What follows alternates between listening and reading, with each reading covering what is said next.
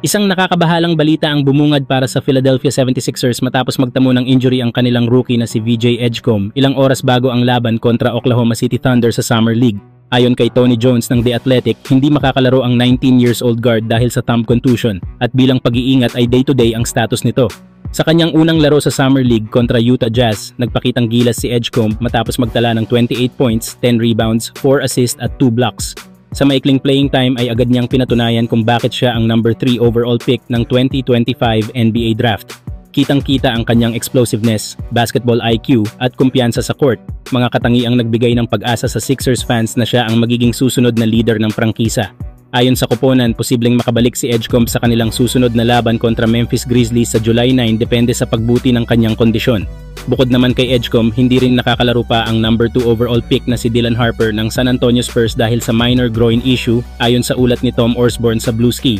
Ayon pa sa Spurs, sasama daw si Harper sa team papuntang San Francisco para sa California Classic ngunit hindi muna maglalaro at umaasa ang koponan na makakasabak na siya sa Las Vegas Summer League. Samantala, matapos pirmahan ng Lakers si Jackson Hayes sa isang 1-year deal ngayong off-season, napuno na ng koponan ang kanilang 15-man roster at dahil dito, isa sa mga pangalan na ngayon ay nasa alanganin, si Shake Milton.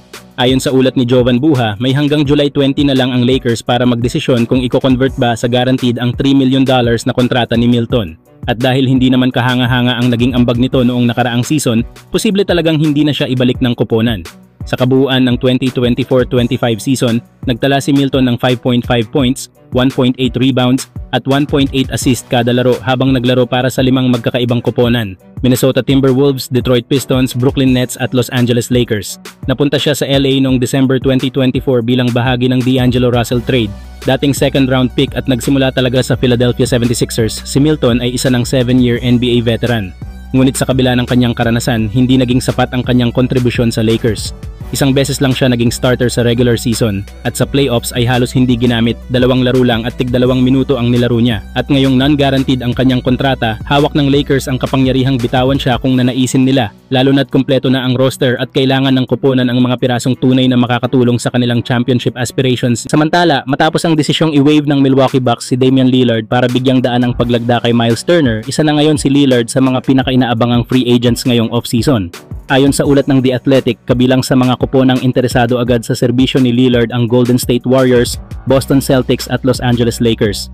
Gayunpaman, hindi pa nagmamadali si Lillard na pumirma ng bagong kontrata. Sa edad na 35 at kasalukuyang nagre-rehab mula sa torn Achilles injury, inaasahang hindi siya maglalaro ngayong 2025-26 season. Ayon kina Tim Bontemps at Jamal Collier ng ESPN, mas gusto ni Lillard na magpagaling muna sa Portland at pag-isipan mabuti ang kanyang susunod na hakbang sa 2026. Samantala, kung ang Lakers ang mapipiling destinasyon ni Lillard, ito ay isang perfect fit. Sa ngayon, kasama pa ni Luka Doncic ang batang guard na si Austin Reeves pero tumanggi na ito sa contract extension na inialok ng Lakers kamakailan. Dahil dyan, tiyak na susubok si Reeves sa free agency pagdating ng 2026 offseason. At kung mangyari ito, si Damian Lillard ang pinaka-ideal na kapalit. Isang veteranong point guard na may killer instinct at clutch gene na swak sa championship aspirations ng Los Angeles. Hindi rin malayong umalis na rin si LeBron James matapos ang 2025-26 season, lalo't nasa final year na siya ng kanyang kontrata.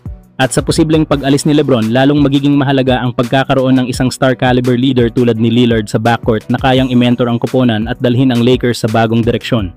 Kung sakaling makuha si Lillard, mabubuo sa Lakers ang isang bagong Big 3, Luka Doncic, Damian Lillard at DeAndre Ayton. Isang elite playmaker, isang clutch scorer at isang modern big man na kayang mamayagpag sa ilalim ng basket at magbigay ng solidong depensa sa paint. 3 piraso na pwedeng magpanumbalik ng championship glory sa Lakers sa mga susunod na taon.